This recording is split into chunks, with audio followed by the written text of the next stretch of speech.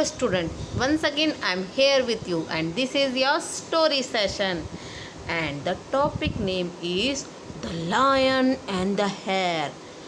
मैंने आपको इस स्टोरी का हाफ पार्ट प्रीवियस वीडियो में कंप्लीट कराया था, पढ़ाया था। आज हम इसका रिमेनिंग पार्ट कंप्लीट करेंगे, इसके बारे में जानेंगे। बट पहले हम एक बार फिर से प्रीवियस पार्ट को रिकॉल कर लेते हैं, रिवाइज कर लेते हैं। So shall we start students. Once there was a lion who loved hunting. एक बार की बात है, एक शेर था जिसे शिकार करना बहुत पसंद था। He killed many animals every day. वो हर रोज़ बहुत सारे एनिमल्स को, जानवरों को मार देता था। बट एट ओनली वन, पर वो केवल एक ही जानवर खाता था। The unhappy animals requested him. और सभी जानवर उससे परेशान थे। उन सभी दुखी जानवरों ने उस लायन से एक रिक्वेस्ट की, your highness please stop this cruelty, we will send you one animal every day. उन सभी ने मिलकर कहा, your highness please stop this cruelty, मतलब आप हमारे महाराज हैं, प्लीज़ इस अत्याचार को रोक दीजिए।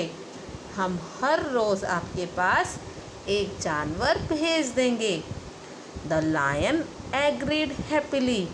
और वो शेर खुशी खुशी इस बात के लिए मान गया। उसने कहा, ठीक है, अगर तुम रोज़ एक जानवर मेरे पास भेज दोगे तो मैं बाकी सभी जानवरों को कुछ नहीं कहूँगा। So one animal was sent to him every day. अब तो हर रोज़ एक जानवर उसके पास भेजा जाने लगा। मतलब सभी जानवर मिलकर बारी बारी से एक जानवर उसके पास हर रोज़ भेजते थे। One day it was a hare's turn to go to the lion. एक दिन एक खरगोश की बारी आई उस लायन के पास जाने की। He walked slowly and reach the lion late. वो बहुत धीरे धीरे जा रहा था और जिसकी वजह से वो लायन के पास देर से पहुंचा। The lion got angry. और वो शेर बहुत गुस्सा हो गया। He asked the hare why he was so late. और उसने गुस्से में उस खरगोश से पूछा, व्हाई आर यू लेट, तुम इतना देर से क्यों आए हो। The hare said that another lion had stopped him on the way. और उस खरगोश ने उस लायन से कहा, महाराज मैं जल्दी आ जाता, पर एक और शेर है जिसने मुझे रास्ते में रोक लिया था। आई एस्केप्ड विद ग्रेट डिफ़िकल्टी। और मैं बहुत मुश्किल से उससे छुपता छिपाता आया हूँ। Show me that lion. और ये सुनकर तो शेर को बहुत गुस्सा आया और उसने कहा, शो मी दैट लायन, मुझे उस शेर के पास, मुझे दिखाओ वो शेर कहाँ रहता है। I will have him for dinner. और आज मैं डिनर में उसे खा जाऊँगा। The lion roared. और लायन ज़ोर से घुर्राया। उसने गुस्से में कहा, चलो मुझे उस शेर के पास ले चलो, आज तो मैं उसे मार के खा जाऊंगा। The hare led the lion to a big well. और वो खरगोश उस शेर को लेकर एक बड़े से कुएं के पास चला गया। The lion peeped into the well and saw his own reflection in the water. और जैसे ही उस लायन ने कुएं के अंदर झांक कर देखा तो उसे अपनी खुद की परछाई नज़र आई पानी में। He thought, reflection means बच्चों परछाई। He thought it was the other lion, और उस शेर ने सोचा तो ये है जो दूसरा शेर इस जंगल में आया है। उसने अपनी परछाई को देखकर ही उसे कोई और लायन समझ लिया। He jumped into the well to kill his own reflection, और उस शेर ने गुस्से में उस कुएं के अंदर छलांग लगा दी।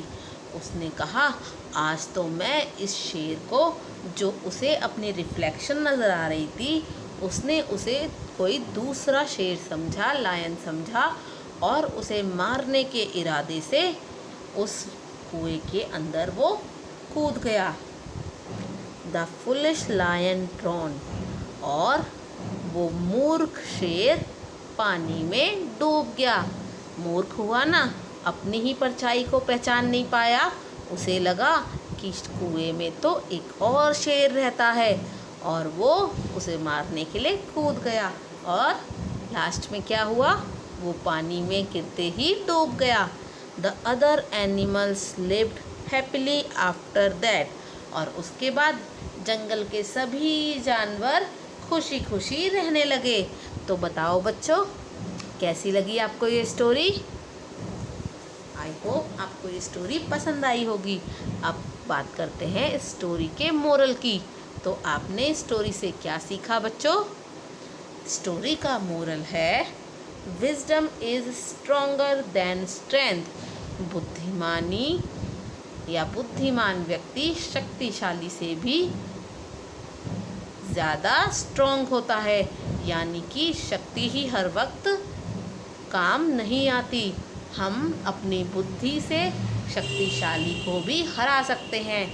आपने देखा खरगोश कितना छोटा था और लायन कितना शक्तिशाली था, कितना बड़ा था, बट खरगोश ने अपनी बुद्धिमानी से, अपने दिमाग से, अपनी चतुराई से उस बड़े से ताकतवर शेर को भी हरा दिया और अपने पूरे जंगल के जानवरों की जान बचा ली।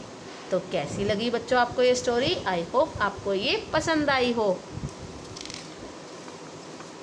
अब बात करते हैं आपके होमवर्क की।